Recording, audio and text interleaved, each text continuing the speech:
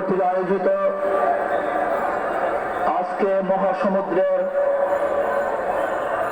সম্মানিত সভাপতি আমাদের সেরেতাজ হযরত পীর সাহেব হুজুর চরমনে দামাত বরকতুল আলিয়া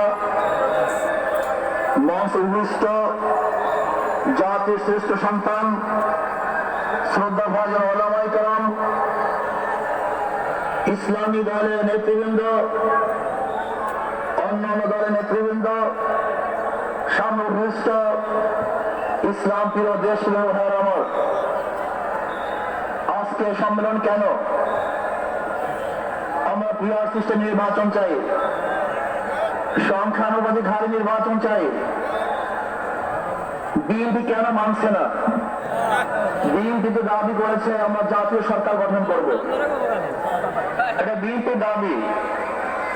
আর জাতীয় সরকার গঠন করার জন্য সবচেয়ে ভালো পদ্ধতি পিআর সিস্টেম নির্বাচন। জাতীয় সরকার সর্বদলের অংশগ্রহণমূলক সরকার, আর সর্বদলের অংশমূলক সরকার গঠন হতে পারে একমাত্র পিআর সিস্টেম নির্বাচনের ভিত্তিতেই। তাহলে কেন বিএনপি মানছে না? কারণটা কেউ তো বুঝি না। অবশ্যই বিএনপিকেও পিআর সিস্টেম নির্বাচন মানা উচিত। সংস্কার চাই। বিএনপি বলছে আমরা সরকার গঠন করে ক্ষমতায় গিয়ে সংস্কার করব।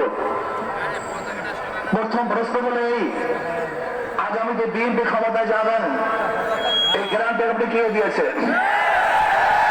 আপনি কিভাবে ভেবেছেন যারা 91 থেকে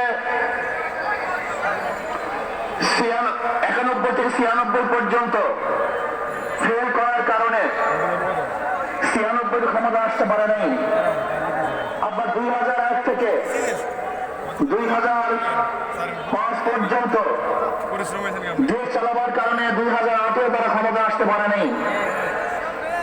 2001-এ বিএনপি ইশতেহার ঘোষণা করেছিল, সেই ইশতেহারের মধ্যে 10% বিএনপি বাস্তবায়ন করতে পারে নাই।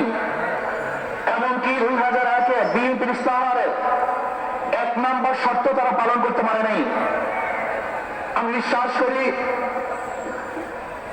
আগামীতে ক্ষমতায় কে যাবে না না যাবে জানি না, কিন্তু বাংলাদেশের জনগণ কোন দুর্নীতিবাজ